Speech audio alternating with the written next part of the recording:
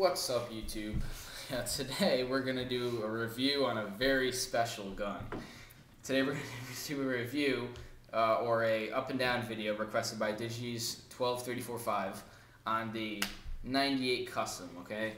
He said that I have to do a review on all of my guns. This is one of them, so I pretty much have to do a review on it. So the first, as you can tell, I repainted it. It was white before, now it's red. Looks very nice. So let's start with the ups on this gun, or not the ups, the good things about this gun. Okay, first off, this gun is extremely tough, alright? If you mention something, or mention a torture of any kind, it has probably happened to this gun. This gun has been punched, kicked, stabbed, beaten, buried, dug up, immersed in water, okay? Everything has happened to this. It has been repainted like 6 times, alright? And I just recently repainted it like 3 days ago.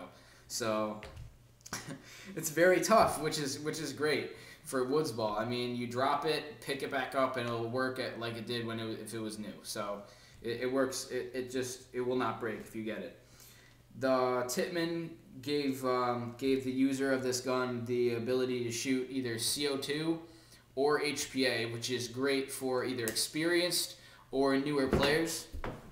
So they give you the choice or option, and it performs very well with either. But a little tip for CO2 users: if you own a gun and you run CO2 on it, you know that this has happened. If you carry your gun like this in the downward position with your barrel facing toward the ground, then it's no question about it, and you do not have a regulator, you're going to have velocity spikes, okay? Velocity spikes is when liquid CO2 leaks into your gun and into your chamber and raises your velocity from, like, let's say 280 to about 315, okay? That was like the last velocity spike I had. That was like 2 years ago. I can't believe I still remember it. But the point is that it spikes your velocity up way up high, like way above legal limits. And then you have to spend time with the chronograph adjusting it and turning it down and all that stuff. So to avoid it, I would recommend buying an expansion chamber, which will help clear out all the dirt and crap that is found in CO2, because CO2 is an absolutely filthy gas. It was never meant to propel a paintball, which I say in my other video, CO2 versus HPA. So you can watch that for more information about CO2 and HPA, or you can just leave a comment right down here, or send me a PM. So back to the 98 Custom. There's so many upgrades for this gun, I cannot even mention them all. Okay, you can add on triggers, boards, stocks, sights, feed necks, expansion chambers, foregrips, everything possible. ASAs, scopes, barrels, everything, body kits. You can do pretty much anything you want to this gun.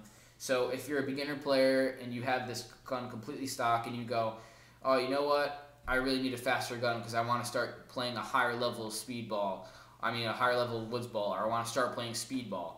So you can throw a electronic trigger or electronic board in here, and it'll greatly increase your firepower and greatly increase pretty much everything. The board makes your gun so much better. So the point is there are so many upgrades that I cannot mention them all. Another great thing about this gun is the price, okay? 120 bucks gets you an amazing mechanical gun, okay? The new Platinum series is around 150 bucks, I believe, and it is so worth it. I mean, if you're new or an experienced player, pretty much 150 bucks gets you an amazing gun that works well for everybody. Maintenance is extremely easy. This is one of the simplest guns ever. There's nothing really to it. All you have to do is unscrew the provided screws, take the entire part of the body off, and it reveals the entire gun. So pretty much you can do whatever you want. Clean it out, adjust everything, clean the bolt and everything, lubricate the bolt. And you can do it all in like 5 minutes, which is very, very easy and very fast. For woods ballers, as a rear and front sight, which the front sight is doubled as a feed neck release, as you see here, feed neck release button. And also the velocity adjustment is set in a very convenient place. It is set in the side of the gun, as you see, this little notch right here. It's set in the side of the gun, and you can turn it, I think, clockwise for up and counterclockwise for down. So velocity adjustment is pretty easy. For the downs, the barrel I would definitely recommend upgrading. As you see, it's this barrel, pretty bulky, pretty heavy. It is I think an 8-inch barrel. Lacks porting. As you see, it has one small ring of holes right around the center, and also has some porting towards the barrel tip. But still, it does not have good range. It's very, very inaccurate, and it's pretty loud because of the lack of porting. Another downside is the efficiency. Okay, I don't know if Tippmann increased the efficiency or made it better or fixed it on the new Platinum series. I mean, this is from like 07, but the efficiency on this gun is absolutely horrible. As I said in my other video when I reviewed this thing and my Ego and the Shocker, I run a 6845 on all of my guns. So when I shoot this with a 6845, I get around, well, let's see, I shoot one hopper, and one hopper, which is around 200 rounds, uses up a third of my tank, which is absolutely horrible. So 246, I get around 600 to 700 shots off of a 6845, which is absolutely horrible. So hopefully Tippmann improved that with the Platinum series.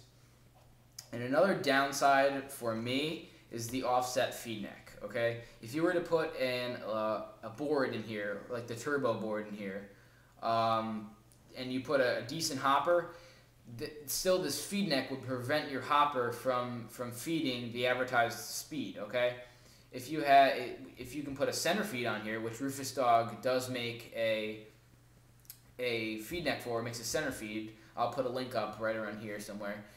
You can put a center feed on here. It will greatly increase the speed of the balls getting into the breech, which will allow your hopper to feed faster and overall allow your gun to shoot faster.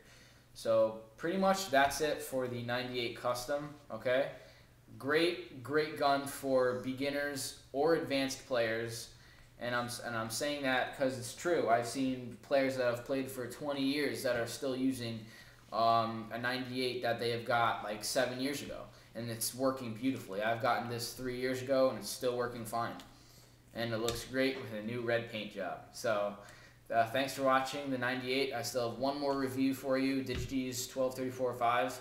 So stick around for the Tiberius 8 review.